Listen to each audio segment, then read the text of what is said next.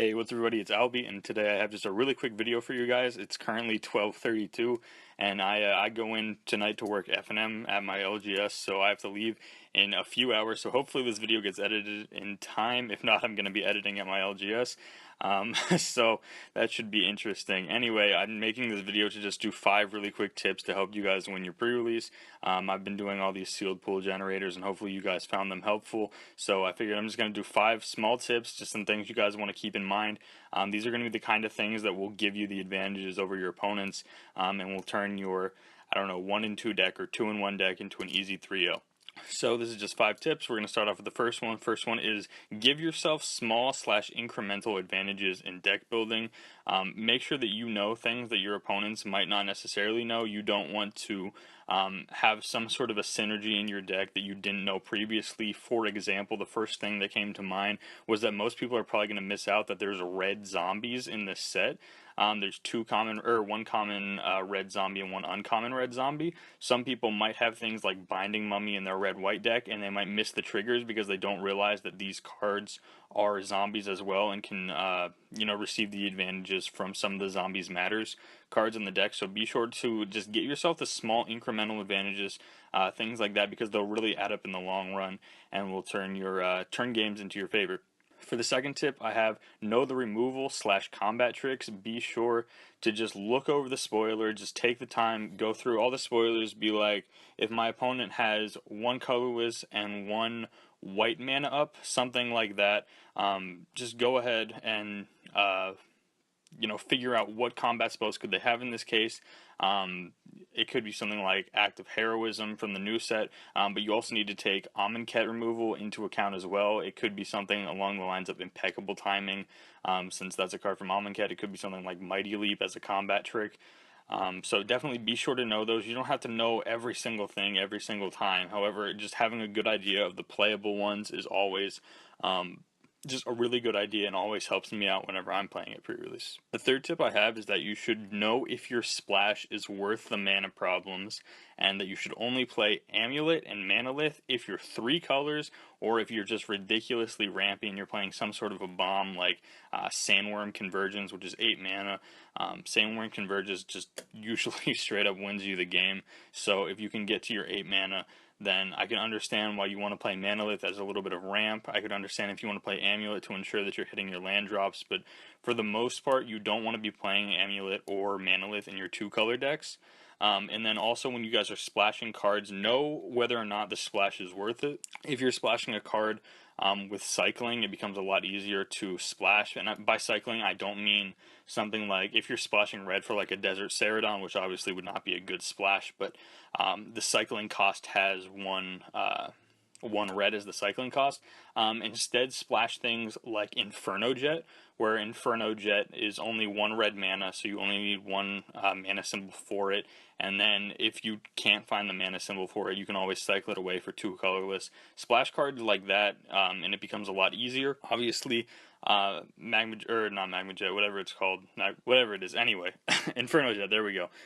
Inferno Jet can only hit players, so I don't know if it's the most important card to be splashing. You want to usually splash for things like bombs and removal.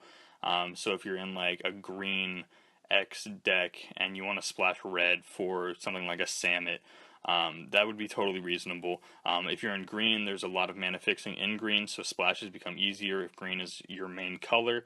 I think that's all. If you're only splashing 1 card of a certain color, the amount of symbols that you're supposed to have for it is 3. You should be able to acquire mana for that symbol in at least 3 different ways. So if it's like, it could be something like Evolving Wilds plus Basic Land plus, I don't know, Amulet. Those could be your 3 sources to get that 1 color. That's generally the most accepted way to do it if you're only splashing 1 or 2 colors, or if you're only splashing 1 or 2 cards of a certain color. If you're splashing more cards of a certain color, then it can lead to mana problems. So definitely only splash 2 cards at max, because that's usually the best. If you have to splash more than that just because your sealed pool has been like bad or something like that, just make sure you do it responsibly. Don't throw in a million cards that have 2 red in in the mana cost if you're splashing red. So yeah, on to tip number 4. Use your sideboard and know your sideboard. There's a ton of times where I see people at pre-release just completely forget that they have a sideboard, or just totally neglect the fact that they have a sideboard. There's a lot of decent sideboard cards in Hour of Devastation, things like the 1/1 for 1 in blue that can eternalize for 6. That card is clearly a sideboard card only if you're going against aggressive decks, such as like a red-white aggressive deck. And then things like the Defeat Cycle as well. All of the Defeat Cycle is playable except for the green one, and the blue one's not great because it's a counter spell, not a removal spell. But if your opponent opens something along the lines of like Nicol Bolas or I don't know, Glyph Keeper, then feel free to play the blue one to handle that one as well. But the red one, the white one, and the black one are all perfectly good sideboard cards. These cards should never start out in your main deck. However, very good sideboard cards. And then number 5, be on the offensive, not the defensive. When I was playing this format on Tuesday, I got a bunch of people over. We just kind of like built sealed pools, proxied up some sealed decks based off of our sealed pools, and just kind of got a feel for the format. You definitely want to be attacking in this format. Being defensive and kind of trying to like build a pillow for it is not going to work for you. Don't underestimate the Afflict mechanic. The Afflict mechanic seems very good and can lead to some interesting board states. So yeah, just don't underestimate it. It can seem easy, like, to just be like, I'm just gonna take 1 here or whatever, but eventually the damage just kind of racks up, and Afflict can definitely take over a game. So don't underestimate the Afflict mechanic. And that's basically all I have for you guys.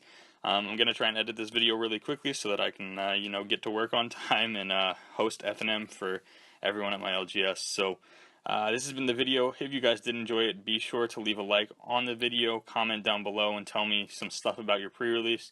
Tell me if you guys are excited, what cards are you looking to open, things like that.